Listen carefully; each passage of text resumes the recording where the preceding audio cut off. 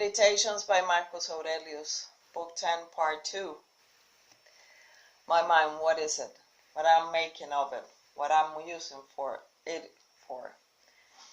Is it empty of thought, isolated and torn loose from those around it, melted into flesh and blended with it, so what it shares, its urges? When a slave runs away from his master, we call him a fugitive slave. But the law of nature is a master too, and to break it is to become fugitive. To feel grief, anger, or fear is to try to escape from something decreed by the ruler of all things, now, or in the past, or in the future. And the ruler is law, which governs what happens to each of us. To feel grief or anger or fear is to become a fugitive from justice. He deposits his sperm and leaves, and then a force not of his takes. He deposits his sperm and leaves, and then a force not his takes it and goes to work and creates a child. This from that, or he pours food down his throat, and then a force not his, takes it and decreases sensation, desires, daily life, physical strength, and so much else besides. To look at these things going on silently and see the force that drives them, and we see the force that pushes things and pulls them, not with our eyes, but just as clearly. To bear in mind constantly that all of this has happened before and will happen again, the same plot from beginning to end, the identical staging. Produce them in your mind as you know them from experience and from history. The court of Hadrian, of Antoninus, the courts of Philip, Alexander, Croesus, all just the same, only the people different. People who feel hurt and resentment. Picture them as the pig at sacrifice, kicking and squealing all the way, like the man alone in his bed, silently weeping over the chains that bind us. That everything has to submit, but only rational beings can do so voluntarily. Stop whatever you are doing for a moment and ask yourself, am I afraid of death because I won't be able to do this anymore? When you face with people's bad behavior, turn around and ask when you have acted like that. When you saw money as a good or pleasure or social position, your anger will subside as soon as you recognize that they acted under compulsion. What else could they do? Or remove the compulsion if you can. When you look at Satyron, see Socraticus and Eutyches or Hymen. When you look at Euphrates and Eutychion or Silvanus, with Alciphron, see Topasiphorus. When you look at Xenophon, see Crito or Severus. When you look at yourself, see any of the emperors. At the same time with everyone else, then let it hit you. Where are they now? Nowhere, or whatever.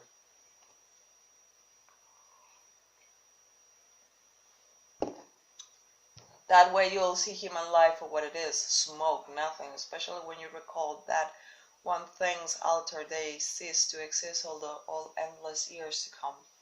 Then why so much turmoil? To live your brief life rightly, that's enough? The raw material you're missing, the opportunities. What is any of this by training for your logos in life observed accurately, scientifically? So keep at it until it's fully digested, as strong stomach digests whatever it eats, as a blazing fire takes whatever you throw on it and makes it light and flame. Then no one can say truthfully that you are not a straightforward or honest person, than anyone who thinks that believes a falsehood.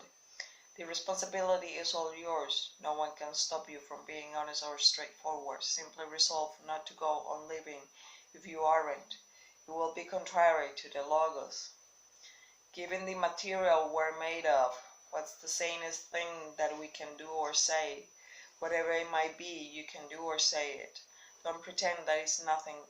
Don't pretend that anything's stopping you.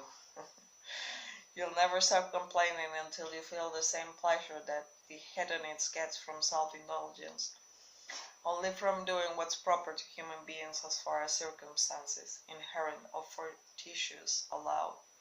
Enjoyment means doing as much of what nature requires as you can, and you can do that anywhere, a privilege not granted to a cylinder to determine its own action, or to water or fire or any other things governed by nature alone or by irrational soul. Too many things obstruct them and get in their way, but the intellect and the logos are able to make their way through anything in their path by inborn capacity or sheer force of will. Keep before your eyes the ease with which they do this, the ease with which the logos is carried through all things, as fire is drawn upward, or a stone falls to earth as a cylinder rolls down an inclined plane. That's all you need. All the obstacles either affect the lifeless body or have no power to shake or harm anything unless misperception takes over, or the logos surrenders voluntarily. Otherwise, those they obstruct will be degraded by them immediately. In all other entities, then anything bad happens to them, it affects them for the worse. Whereas here a person is improved by it, or you can put it like that, and we admire him for reacting as a person should.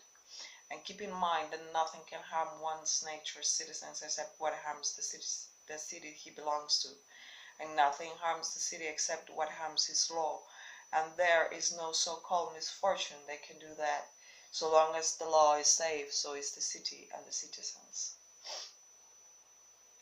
If you've immersed yourself in the principles of truth, the briefest, most random reminder is enough to dispel of fear and pain. Leaves that the wind drives earthward. Such are the generations of men.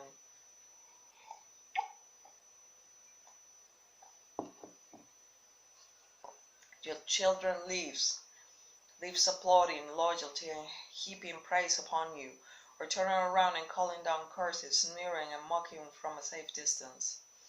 A glorious reputation handed down by leaves.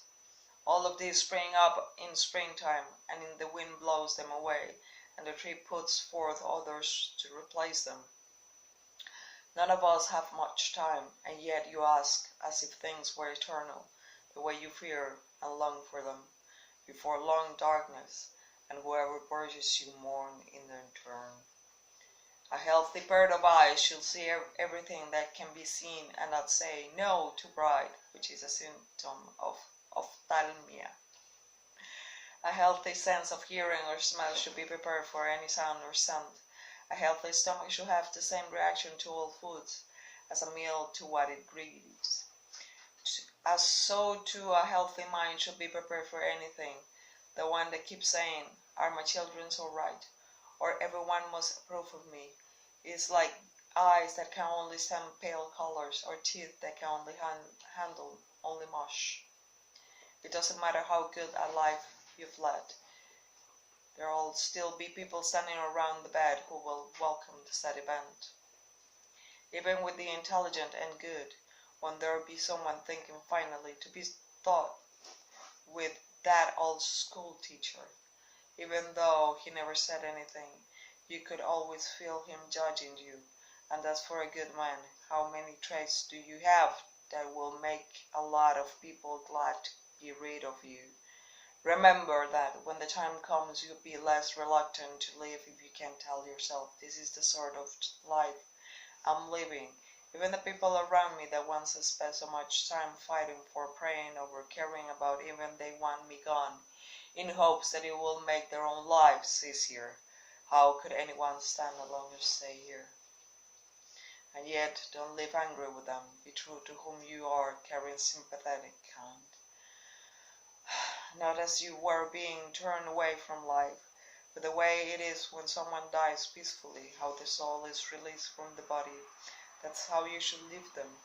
It was nature that bound you to them and tied the knot, and nature now unties you. I am released from those around me, not dragged against my will by unresisting.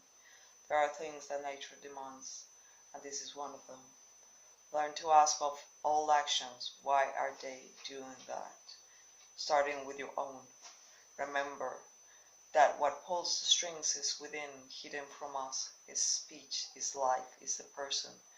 Don't conceive of the rest as part of it, the skin that contains it, and the accompanying organs, which are tools like a carpenter's axe, except that they are attached to us from birth, and are no more use without what moves and holds them still than the weaver's shuttle, the rider's pencils, the driver's whip.